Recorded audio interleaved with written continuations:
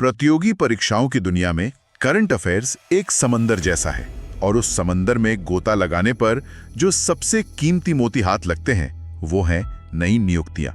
बिल्कुल। चाहे एसएससी हो, यूपीएससी हो या रेलवे, कोई भी एग्जाम हो, 2-3 सवाल तो यहाँ से पक्के समझिए। जी हाँ। आज हम 2025 के लिए भारत के जो प्रमुख पदाधिकारी हैं उनकी अपडेटेड लिस्ट को खंगालने वाले हैं और हमारे पास जो स्रोत हैं वो खास तौर पर परीक्षा की तैयारी करने वालों के लिए ही बने हैं। और एक बात गांठ बांध लेनी चाहिए, जैसा हमारे स्रोत भी कहते हैं, नाम बदलते हैं, पद वही रहते हैं। सही बात है। तो हमारा फोकस सिर्फ नए नामों पर नहीं होगा, बल्कि उस पद की अहमियत और उससे जुड़े कुछ खास फैक्ट्स पर भी होगा। तो चलिए शुरू किया जाए। देखते हैं कि देश की कमांड किन किन हाथों में है। सबसे पहले शुरुआत सबसे ऊपर से करते हैं, हमारे संवैधानिक प्रमुखों से। हाँ, जो हमारे लोकतंत्र का चेहरा हैं। तो भारत की राष्ट्रपति हैं श्रीमती द्रौपदी मुर्मू जी। और यहाँ एक छोटा सा फैक्ट है जिससे याद रखना जरूरी है, वो भारत की 15वीं राष्ट्रपति हैं। ये जो क्रम संख्या है ना, ये अक्सर परीक्षाओं में पूछ ली जाती है। अच्छा, 15वीं, ठीक है। और उनके बाद आते हैं उपराष्ट्रपति सीपी राधाकृष्णन और प्रधानमंत्री के पद पर हैं श्री नरेंद्र मोदी। और यहाँ एक बहुत दिलचस्प पैटर्न है, राष्ट्रपति द्रौपदी मुर्मू 15वें राष्ट्रपति हैं और प्रधानमंत्री नरेंद्र मोदी भी 15वें प्रधानमंत्री हैं। अरे वाह। हाँ, ये दोनों ही आंकड़े एक जैसे हैं, तो इन्हें एक साथ याद रखना काफी आसान हो जाता है। ये तो बढ़िया कनेक्शन है 15-15 का। चलिए अब संवैधानिक प्रमुखों से आगे बढ़कर देश की न्याय व्यवस्था के शीर्ष पर नजर डालते हैं। भारत के मुख्य न्यायाधीश यानी सीजेआई हैं जस्टिस संजीव खन्ना जी, जो सुप्रीम कोर्ट के प्रमुख हैं। और न्याय व्यवस्था में सरकार का पक्ष रखने के लिए भी कुछ प्रमुख अधिकारी होते हैं। हाँ, जैसे कि महान्यायवादी मतलब अटॉर्नी जनरल, इस पद पर हैं आर वेंकट रमणी और इनके साथ हैं सॉलिसिटर जनरल तुषार मेहता। एक मिनट, यहाँ एक बहुत बड़ा कंफ्यूजन पॉइंट है जिसे समझना जरूरी है, खासकर परीक्षा के नजरिए से। अच्छा। अटॉर्नी जनरल आर वेंकट रमणी, जो कि 16वें अटॉर्नी जनरल है, उनका पद एक संवैधानिक पद है, मतलब इसका जिक्र सीधे संविधान में है। ठीक है। लेकिन सॉलिसिटर जनरल का पद संवैधानिक नहीं है, वो एक वैधानिक पद है जिसे कानून बनाकर तैयार किया गया है। अच्छा, तो मतलब अटॉर्नी जनरल संवैधानिक है और सॉलिसिटर जनरल वैधानिक। ये अंतर समझना वाकई जरूरी है क्योंकि विकल्पों में फंसाया जा सकता है। बिल्कुल। और इसी लिस्ट में एक और महत्वपूर्ण नाम है न्यायमूर्ति प्रकाश श्रीवास्तव का, जो नेशनल ग्रीन ट्रिब्यूनल यानी एनजीटी के अध्यक्ष हैं। एनजीटी मतलब पर्यावरण से जुड़े मामले। जी हाँ, पर्यावरण से जुड़े जो भी बड़े बड़े मामले होते हैं, ये संस्था उन्हें देखती है। तो ये तो हुई न्याय और कानून की बात, लेकिन ये कानून बनते कहाँ हैं? जाहिर है संसद में। तो चलिए अब वही का जायजा लेते हैं। सही। संसद की 2 सदन है। पहले बात करते हैं उच्च सदन की, यानी राज्यसभा। राज्यसभा के सभापति तो वही होते हैं जो देश के उपराष्ट्रपति होते हैं। तो इस पद पर हैं सीपी राधाकृष्णन जी, और उपसभापति हैं हरिवंश नारायण सिंह। और इसके अलावा 2 और महत्वपूर्ण पद होते हैं, सदन के नेता और विपक्ष के नेता। हाँ, तो राज्यसभा में सदन के नेता हैं जेपी नड्डा और विपक्ष के नेता हैं मल्लिकार्जुन खड़गे और महासचिव हैं प्रमोद चंद्र मोदी। यहाँ ये ध्यान रखना होता है कि सदन या विपक्ष के नेता के नाम राजनीतिक बदलावों के साथ बदल सकते हैं, तो इसे हमेशा अपडेट रखना चाहिए। बिल्कुल। अब आते हैं लोकसभा पर, जिसे निचला सदन कहते हैं, और ये 18वीं लोकसभा है, ये भी याद रखना होगा। हाँ, ये संख्या जरूरी है। तो इसके अध्यक्ष यानी स्पीकर हैं ओम बिरला। और यहाँ भी एक दिलचस्प फैक्ट है, ओम बिरला 18वीं लोकसभा के अध्यक्ष हैं, तो उनका क्रम भी 18वां ही है। अच्छा, 18वीं लोकसभा, 18वें स्पीकर, ये तो याद रखना आसान है ना? इस बार नेता विपक्ष का पद भी काफी चर्चा में रहा है, जिस पर राहुल गांधी है जी, और लोकसभा के महासचिव हैं उत्पल कुमार सिंह। और जैसा आपने कहा, ये 18वीं लोकसभा है। इस संख्या को सीधे तौर पर पूछा जा सकता है, ये छोटे छोटे आंकड़े ही स्कोर में बड़ा अंतर पैदा करते हैं। सही बात है। तो संसद के बाद अब उन संस्थाओं की ओर बढ़ते हैं जो लोकतंत्र को मजबूती देती हैं, जैसे चुनाव आयोग और ऑडिट विभाग। हाँ बिल्कुल। तो मुख्य चुनाव आयुक्त सीईसी हैं ज्ञानेश कुमार, जो 26वें सीईसी हैं। और इनके साथ 2 और आयुक्त हैं, विवेक जोशी और सुखबीर संधू। जी।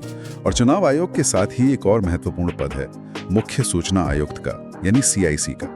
इस पर राजकुमार गोयल है, जो आरटीआई कानून के तहत काम करते हैं। हाँ, अब आते हैं उस पॉइंट पर जहां सबसे ज्यादा कंफ्यूजन की गुंजाइश है और हमारे स्रोत ने भी इस पर खास जोर दिया है। जी हाँ, ये एक क्लासिक एग्जाम ट्रैप है। हाँ, और ये जुड़ा है देश के लेखा जोखा विभाग से।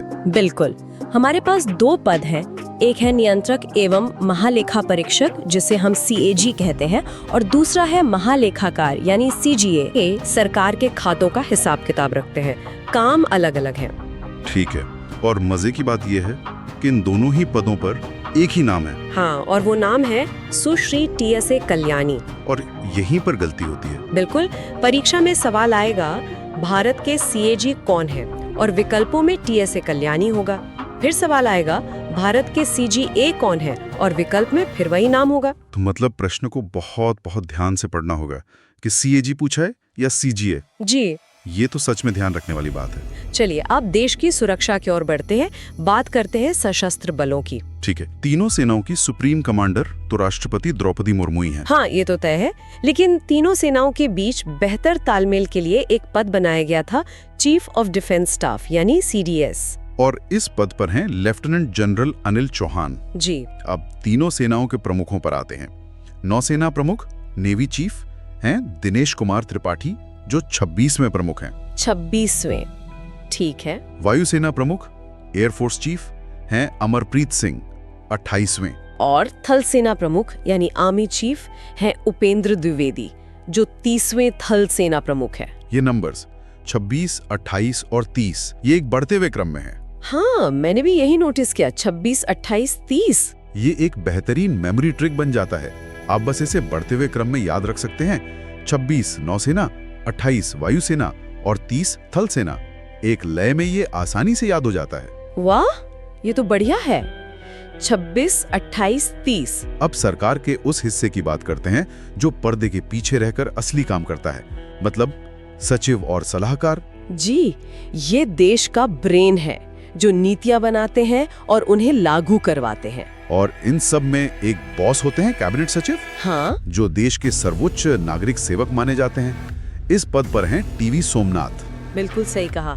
और सुरक्षा के मामलों में ऐसे ही एक और बहुत महत्वपूर्ण सलाहकार है, राष्ट्रीय सुरक्षा सलाहकार यानी NSA, अजीत डोभाल। इनका नाम तो काफी सुना है। हाँ, ये पद सिर्फ एक सलाहकार का नहीं है, बल्कि देश की सुरक्षा और विदेश नीति के बीच एक बहुत जरूरी पुल का काम करता है। इनके अलावा कुछ और नाम भी जरूरी हैं, जैसे विदेश सचिव विक्रम मिस्त्री, जो 35वें विदेश सचिव हैं, और गृह सचिव गोविंद मोहन, वित्त सचिव अजय सेठ और सरकार के प्रधान वैज्ञानिक सलाहकार अजय कुमार सूद। इन सब में वित्त सचिव का पद भी बहुत शक्तिशाली है।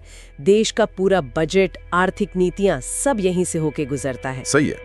अब अगर हम देश की प्रमुख जांच और खुफिया एजेंसियों पर आएं, तो यहाँ भी कुछ नाम बहुत महत्वपूर्ण हैं। हाँ, केंद्रीय सतर्कता आयुक्त CVC, जो भ्रष्टाचार पर नजर रखते हैं। इस पद पर हैं प्रवीण कुमार श्रीवास्तव, ये 19वें CVC हैं। और CBI के निदेशक है प्रवीण सूद। एक मिनट, यहाँ फिर से कंफ्यूजन पॉइंट है। बिल्कुल। CVC है प्रवीण कुमार श्रीवास्तव और CBI निदेशक हैं प्रवीण सूद।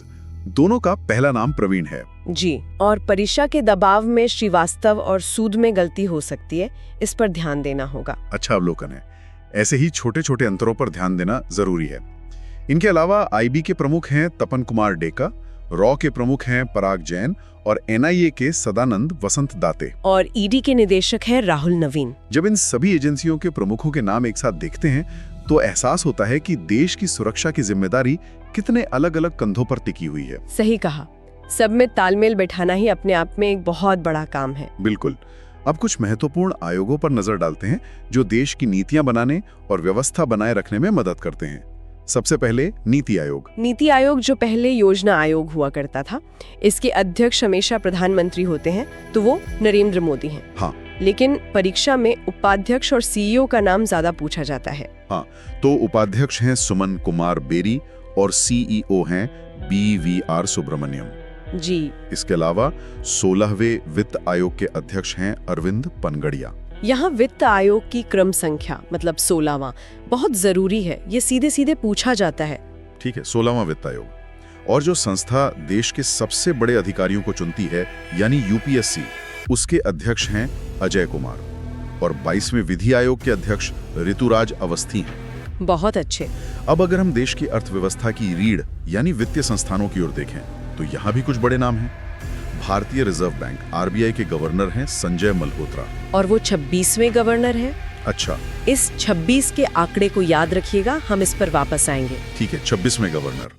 सीबी के अध्यक्ष हैं तुहिन कांता पांडे और देश के सबसे बड़े बैंक एसबीआई के अध्यक्ष हैं चल्ला श्रीनिवासलू शेट्टी। और एलआईसी के अध्यक्ष है सिद्धार्थ मोहंती। बिल्कुल। और अंत में चलिए विज्ञान और प्रौद्योगिकी के क्षेत्र में चलते हैं, जहां भारत दुनिया में अपना नाम रोशन कर रहा है। हाँ, ISRO यानी भारतीय अंतरिक्ष अनुसंधान संगठन, इसके अध्यक्ष हैं डॉक्टर वी नारायणन। और DRDO जो रक्षा के क्षेत्र में रिसर्च करता है, उसके अध्यक्ष हैं समीर वी कामत। चंद्रयान और दूसरे सफल मिशनों के बाद ISRO प्रमुख का नाम तो हर किसी को पता होना चाहिए। सही बात है। और भाभा परमाणु अनुसंधान केंद्र यानी BARC के निदेशक हैं विवेक भसीन जी। तो हमने लगभग सभी महत्वपूर्ण नियुक्तियों को कवर कर लिया है, लेकिन अब असली चुनौती है इन सब नामों और नंबरों को याद कैसे रखा जाए। और इसीलिए हमने बीच बीच में कुछ ट्रिक्स पर बात की थी। अब उन सबको एक साथ जोड़कर देखते हैं। पहली ट्रिक है the 26th club. The 26th club, ये तो अच्छा नाम है। इसका मतलब क्या है? इसका मतलब है कि 3 प्रमुख व्यक्ति अपने अपने पद के 26वें अधिकारी हैं। अच्छा, एक तीर से 3 निशाने। जी हाँ, पहले है आरबीआई गवर्नर संजय मल्होत्रा, जो 26वें गवर्नर हैं। ठीक है। दूसरे हैं नौसेना प्रमुख दिनेश कुमार त्रिपाठी। 26वें, हाँ हमने बात की थी। और तीसरे हैं मुख्य चुनाव आयुक्त ज्ञानेश कुमार। अरे वाह। अगर आप इन तीनों को द 26th क्लब के सदस्य के रूप में याद रखते हैं तो 3 अलग-अलग तथ्य एक साथ याद हो जाते हैं। आरबीआई गवर्नर, नौसेना प्रमुख और मुख्य चुनाव आयुक्त, हाँ। तीनों 26th। हाँ। ये अब नहीं भूलेगा। और दूसरी ट्रिक क्या थी? दूसरी ट्रिक है मिलते जुलते नामों में स्पष्ट अंतर करना, ताकि परीक्षा में कंफ्यूजन ना हो। जैसे हमने प्रवीण नाम पर बात की थी। हाँ, प्रवीण सूद और प्रवीण कुमार श्रीवास्तव। बिल्कुल। प्रवीण नाम से 3 प्रमुख अधिकारी हैं। प्रवीण सूद सीबीआई के निदेशक हैं, प्रवीण कुमार श्रीवास्तव CVC हैं, और एक और नाम है प्रवीर रंजन जो CISF के प्रमुख हैं। अच्छा, 3 प्रवीण। हाँ, इन तीनों को एक साथ लिखकर इनके पदों का अंतर याद करना चाहिए। और ऐसा ही अजय नाम के साथ भी था, है ना? सही पकड़ा। अजय नाम से भी 3 प्रमुख व्यक्ति हैं। अजय बंगा वर्ल्ड बैंक के अध्यक्ष हैं, जो एक अंतर्राष्ट्रीय नियुक्ति है। अजय कुमार UPSC के अध्यक्ष हैं और अजय कुमार सूद सरकार के प्रधान वैज्ञानिक सलाहकार हैं। तो इस तरह ग्रुप बना के याद करने से गलतियों की संभावना बहुत कम हो जाती है। बिल्कुल। तो आज हमने 2025 के लिए भारत के लगभग सभी प्रमुख पदाधिकारियों की सूची को न सिर्फ पढ़ा, बल्कि उसे समझने और याद रखने के तरीकों पर भी गौर किया। हाँ, और हमने विशेष रूप से उन बिंदुओं पर ध्यान केंद्रित किया जो परीक्षा में भ्रम पैदा कर सकते हैं, जैसे CAG और CGA का एक ही नाम होना, या फिर प्रवीण और अजय जैसे मिलते जुलते नाम। जी। द 26 क्लब जैसी मेमोरी ट्रिक्स निश्चित रूप से इसमें मदद करेंगी। हमारा उद्देश्य केवल जानकारी देना नहीं, बल्कि उसे याद रखने में मदद करना भी था। बिल्कुल सही।